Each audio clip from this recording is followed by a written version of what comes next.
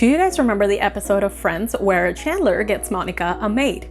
However, Monica is so convinced that the maid is stealing from them that she goes through all the hoops and hurdles to look for an evidence that the jeans that the maid is wearing is in fact her jeans. She also goes as far as to claim that the maid is wearing her pink bra and look for the evidence that will support her claim. What Monica is going through in this episode is called confirmation bias, and that is exactly what we're going to talk about today. So let's get started. Now, in order to understand what a confirmation bias is, let's look at what a bias really is, or more so, what is cognitive bias. Now, in the simplest form, a bias is favoritism or preference. It is the tendency to favor one thing, person, or a way of thinking over another without objectively giving a fair evaluation to all the other options. Like having a favorite book and claiming that that is the best book that's out there, when objectively that's not the truth. Might be true to you, but you're just more in favor of that book or that author or that story or whatever. Having a bias towards something is like not having a neutral viewpoint towards that thing or that person or whatever you're biased about. It is like you're either against it or in favor of it. Now, that is not necessarily a bad thing because having biases or preferences can help us make decisions a lot faster, and mostly it is quite harmless. Let's say you have a coworker that your boss really likes. They have stuff in common, they seem to get along really well. And you have noticed that the things that you or someone else gets in trouble for, this coworker, if they do the same thing, they seem to not get affected at all. The boss just seems to laugh it off or just seems to understand why that person could not meet the deadline. In this scenario, the boss has a bias towards that person. And in an office setting, this is not a fair treatment. The workers should be judged based on the work that they do and not if the coworker has the same favorite hockey team as the boss. Now, this is where the bias can actually have an unfair effect if not noticed.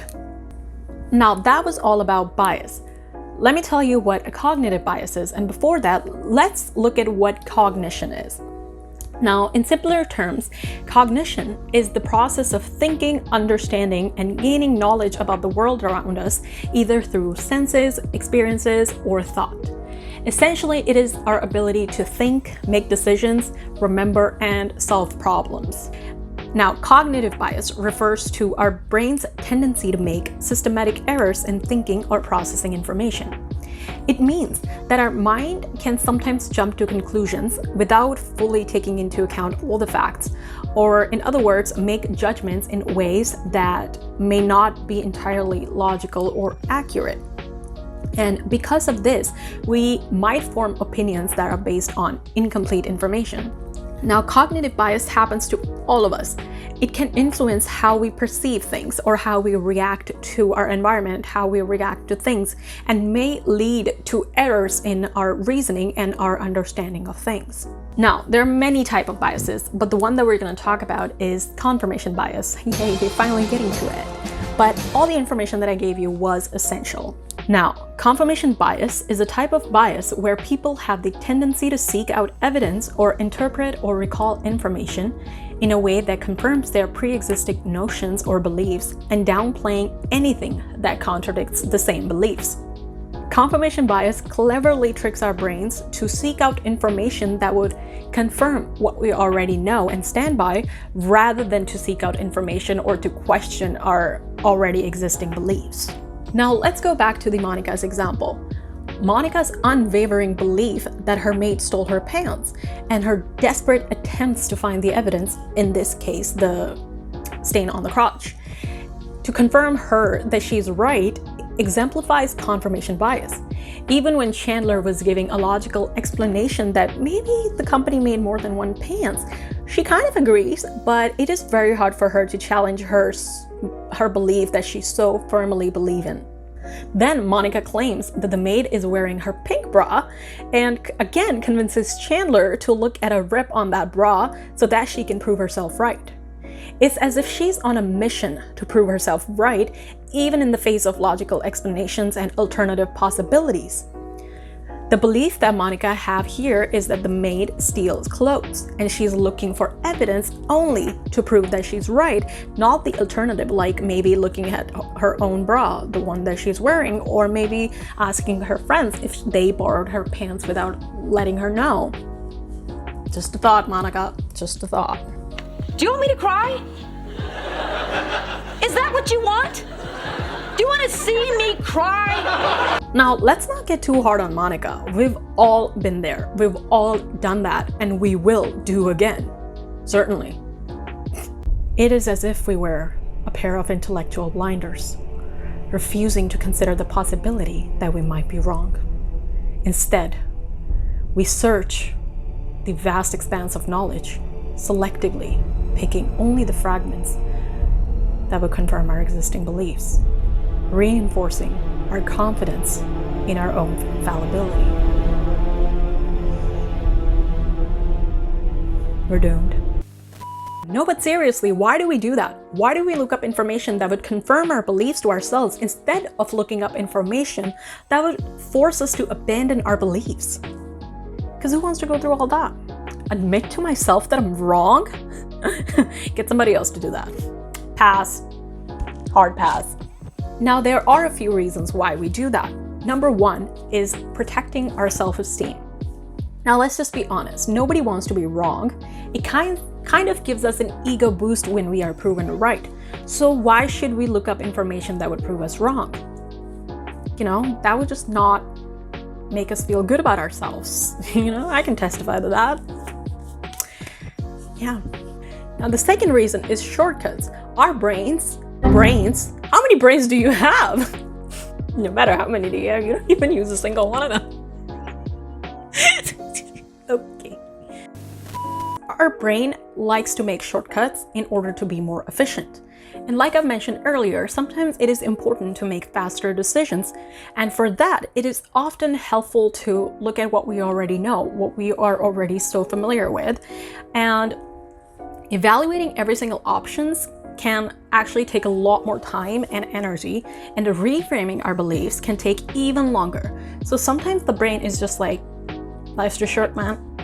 I'm just gonna stick to what we already know, because I'm always right.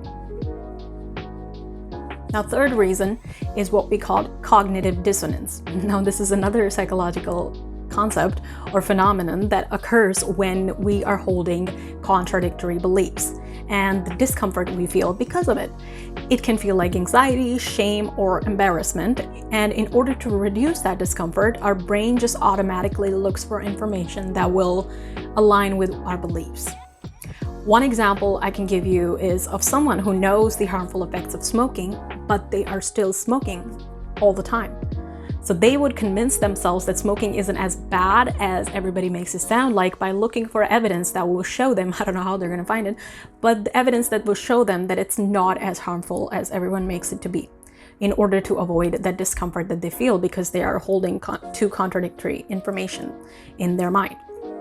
Or their action is not aligning with what their mind knows. Now, I do just want to add that we do not necessarily do this consciously. Our brain kind of does it on its own. Like I said, shortcuts. It wants to take shortcuts, and sometimes we ignore the information that we should actually be paying attention to. But we need to be aware of our own biases so that if we catch ourselves being biased towards someone or something, we can stop ourselves and take a minute and actually look at things more objectively and make an informed decisions. Now, confirmation bias can also play a significant role in perpetuating stereotypes. If someone holds a particular stereotype towards a group, they are more likely to selectively notice or recall instances where their beliefs get confirmed while ignoring or forgetting instances where their beliefs were actually challenged about that group. This is why we need to set aside our ego so that we can embrace the possibility that our cherished beliefs might be flawed.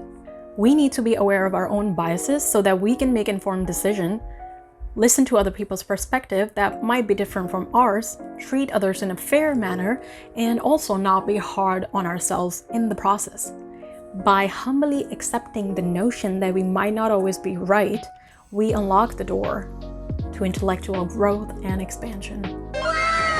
So that's all I have for you guys. I hope this video was informative and helped you understand yourself a little better. Please do let me know in the comments if you have your own personal confirmation bias examples from your life. I would love to hear them. Also, if you have any suggestions for future videos, I love the topics of philosophy, psychology, spirituality, and computer, weirdly. So if you want me to talk about any of those topics, I'm all ears and brains. And thanks for watching, and hope you have a really good day. Please like and subscribe if you like the content. And yeah, I hope I see you again. Bye. Toodles.